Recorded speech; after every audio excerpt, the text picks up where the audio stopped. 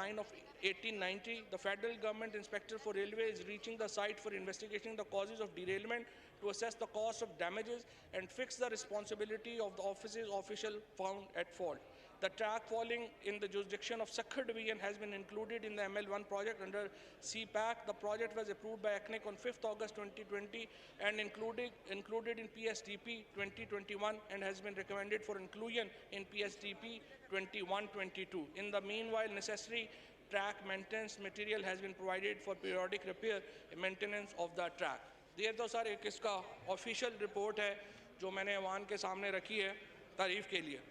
अब कुछ बातें सिर्फ मैं 2-3 बातों का जवाब देना चाहता हूं जो कुछ MNAs ने रेज़ की। पहली बात तो ये है, स्पीकर साहब वो कहते हैं कि वक्त करता है परवरिश बरसों, हादसा एकदम नहीं होता। ये एक सालों की नेग्लिजेंस है, ये एक सालों का फ़र्क है जिसकी वजह से आज हमें इन हादसों का सामना करना पड़ रहा है। हमें याद है कि जब पाकिस्तान ने ये इनहेरिट किया था रेलवे, उस वक़्त ये रेलवे दुनिया की बेहतरीन रेलवे सर्विसेज में शुमार होता था। फिर अल्हम्दुलिल्लाह मुल्क के ऊपर नवाज शरीफ साहब आ गए और हुकूमत आ गई। हमारे सामने मंगला में एक पूरा ट्रैक जाता था, 3-4 दिन बाद पता चला कि वो ट्रैक गायब हो गया। पता चला कि इत्तफाक वालों ने रेलवे के ट्रैक खरीद लिए और उस वक़्त ये पीपल्स पार्टी उस वक़्त ये रेफरेंस जो है वो सामने आए और उस वक़्त राइटली सो ये ट्रैक्स जो हैं वो चलाए गए। अब हुआ ये कि जिस तरीके से ये रेलवे को चलाया गया, जिस तरीके से हमने देखा कि पीपल्स पार्टी और नून लीग ने इस रेलवे को चलाया, उसके नतीजे में आज हमें हादसों का सामना करना पड़ रहा है। बड़ी बदकिस्मती की बात है जनाब स्पीकर कि इन्होंने एक ऐसी हुक्मरानी की बुनियाद रखी जिसकी बुनियाद करप्शन, सीना जोरी और चोरी के ऊपर थी, जिसकी वजह से आज हम इतने बड़े हादसों का सामना कर रहे हैं। जिस अभी आपने सुना, हमारे मेंबर साहब बता रहे थे कि 2/3 रेलवे का बजट जो है उसको कम किया गया। जनाब स्पीकर मुझे आपको बताना पड़ेगा कि ये 2/3 बजट जो इन्हेंस किया गया उसके नतीजे में लोकोमोटिव लिए गए, जिसके ऊपर हमारे साबिक वज़ीर साद रफ़ीक साहब अभी भी नैब का रेफरेंस फेस कर रहे हैं।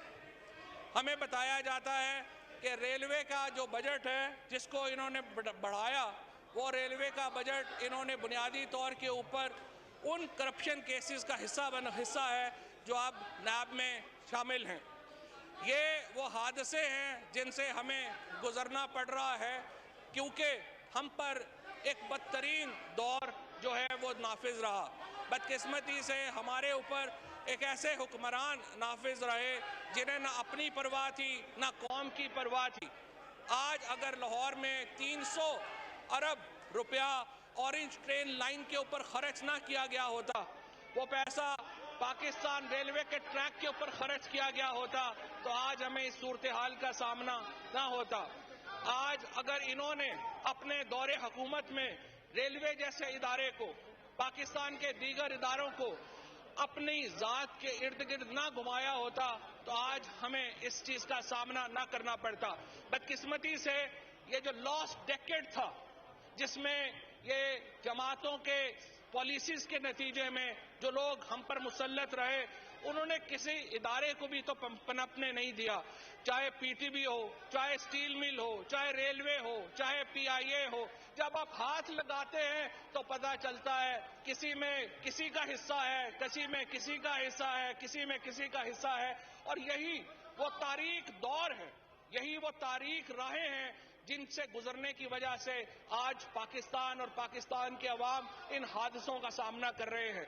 बड़ी बदकिस्मती की कि इनको अब भी कोई रिग्रेट नहीं है। जब खड़े होते हैं तो ऐसी मासूम शक्ल बना के और ऐसे मासूम चेहरे बना के बात करते हैं जैसे इनका तो कोई ताल्लुक ही नहीं।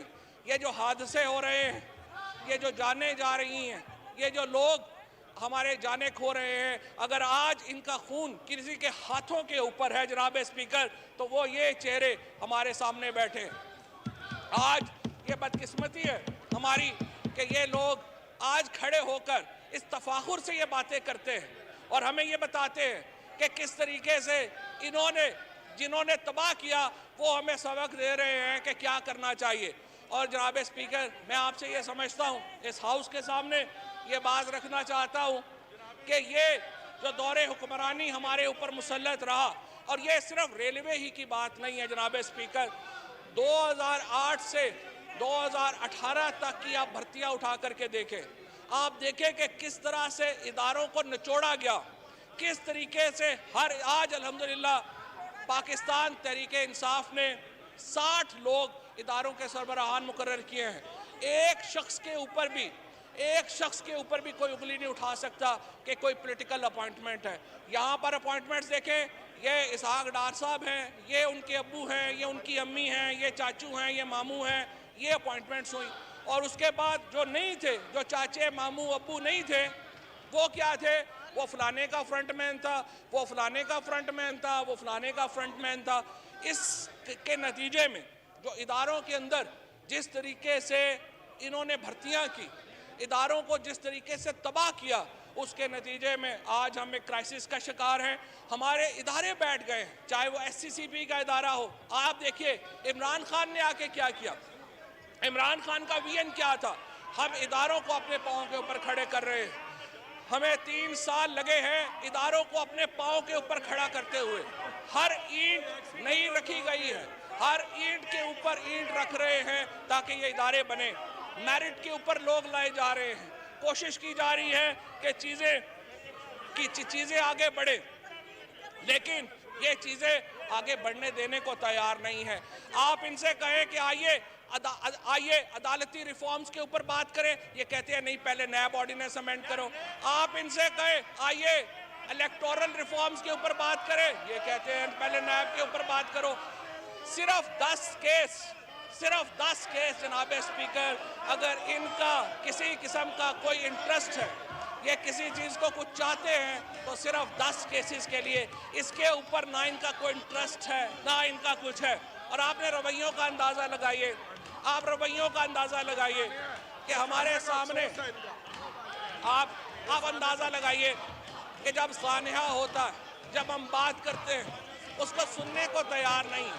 अपोजिशन का हर तरीके से ये हक है कि वो इन हादसों के ऊपर बात करे, लेकिन इन हादसों की वजूहात के ऊपर बात करना भी ज़रूरी है जनाब स्पीकर। और मुझे ये लगता है कि जिस तरीके से हम इस वक्त चल रहे हैं, जिस तरीके से हम इस वक्त आगे चल रहे हैं, हमारा रास्ता यह नहीं है जो होना चाहिए। हम बातचीत के ज़रिए आगे बढ़ना चाहते हैं, लेकिन इनका सिर्फ दिलचस्पी उन 10 केसेस से है जो नवाज शरीफ और मरियम नवाज और शहबाज शरीफ और जरदारी साहब और अदीफ रियाल और खुर्शीद शाह के ऊपर। इसके आगे इनकी कोई दिलचस्पी नहीं है। ये बदकिस्मती है इस मुल्क की कि यहाँ पर ऐवान को इस्तेमाल किया जा रहा है अपने मुकदमात के ऊपर प्रेशराइज करने के लिए। इसीलिए अपोजिशन का आज कोई किरदार नहीं है। आपने देखा किस तरीके से ये PDM में इकट्ठे हुए, आपने देखा कि किस तरीके से इन्होंने ये कंधा इस्तेमाल किया ऐवान से बाहर बैठे हुए लीडरशिप का कि ये किसी तरीके से इमरान खान की हुकूमत को गिरा ले। हमने उस वक्त भी कहा था आप सब इकट्ठे भी हो जाएंगे, इमरान खान की हुकूमत आप नहीं गिरा सकेंगे और आप नहीं गिरा सके। इमरान खान अगर आज इस मुल्क में वफाक की कोई अलामत है, इस मुल्क में अगर कोई वफाकी जमात है, तो वो लीडर इमरान खान है और वो जमात पाकिस्तान तहरीक इंसाफ है। आज हम देखते हैं पीपल्स पार्टी की पॉलिटिक्स क्या है। पीपल्स पार्टी की पॉलिटिक्स है सिंधी कौम परस्ती की जमात, जिसके खिलाफ जुल्फ़िकार अली भुट्टो ने जहाद किया, जिसके खिलाफ बेनज़ीर भुट्टो ने जहाद किया। ये आज अपने बानियों के खिलाफ सियासत कर रहे हैं और एक कौम परस्त जमात बन के रह गई है। यही हालात हमारे PMLN सिर्फ सेंट्रल पंजाब की पार्टी बन के रह गई है जनाब स्पीकर। उसके नतीजे में मुल्क में ये जमातें इसलिए अपने आप को इतना श्रिंक कर गई हैं, ये जमातें इसलिए इतनी छोटी हो गई हैं, इनका नज़रिया नहीं है। जिन जमातों का नजरिया नहीं होता, जिन जमातों का कोई विजन नहीं होता, वो फिर ऐसी बातें करती हैं और ऐसी पॉलिटिक्स करते हैं। और आपने ये भी देखा कि किस तरह से ये सारी सियासी जमातें सिकुड़ती जा रही हैं और सिकुड़ती जा रही हैं और इनका कोई हाल नहीं है। और इंशाल्लाह आप देखेंगे, अगले इंतखाबात आने तक ये जमातें बिल्कुल अपने चंद हलकों में रह जाएंगी। और मैं सिर्फ आपसे ये कहना चाहता हूं कि हम अपोजिशन के साथ आगे चलना चाहते हैं, हम अपोजिशन के साथ बातचीत करना चाहते हैं, लेकिन ये जमातें आगे बढ़ने वाली जमातें नहीं हैं। ये जमातें मुकद्दमात से आगे बढ़ने वाली जमातें नहीं हैं। हम इनसे ये कहते हैं आप आइए जी। फाज चौधरी साहब मुख्तसर करें, मैंने अपनी कार्रवाई भी कर दी आगे जी। बस आखिरी मिनट सर, मैं इनसे ये जमातों से ये कहना चाहता हूँ अपने मुकद्दमात से आगे निकल के देखें। मैं इनसे ये कहना चाहता हूँ अपने पाँव से आगे की सोच रखें। आइए इस्लाहात के ऊपर बात करें। बहुत शुक्रिया जी, बहुत शुक्रिया। जुडिशियल रिफॉर्म्स के ऊपर जी।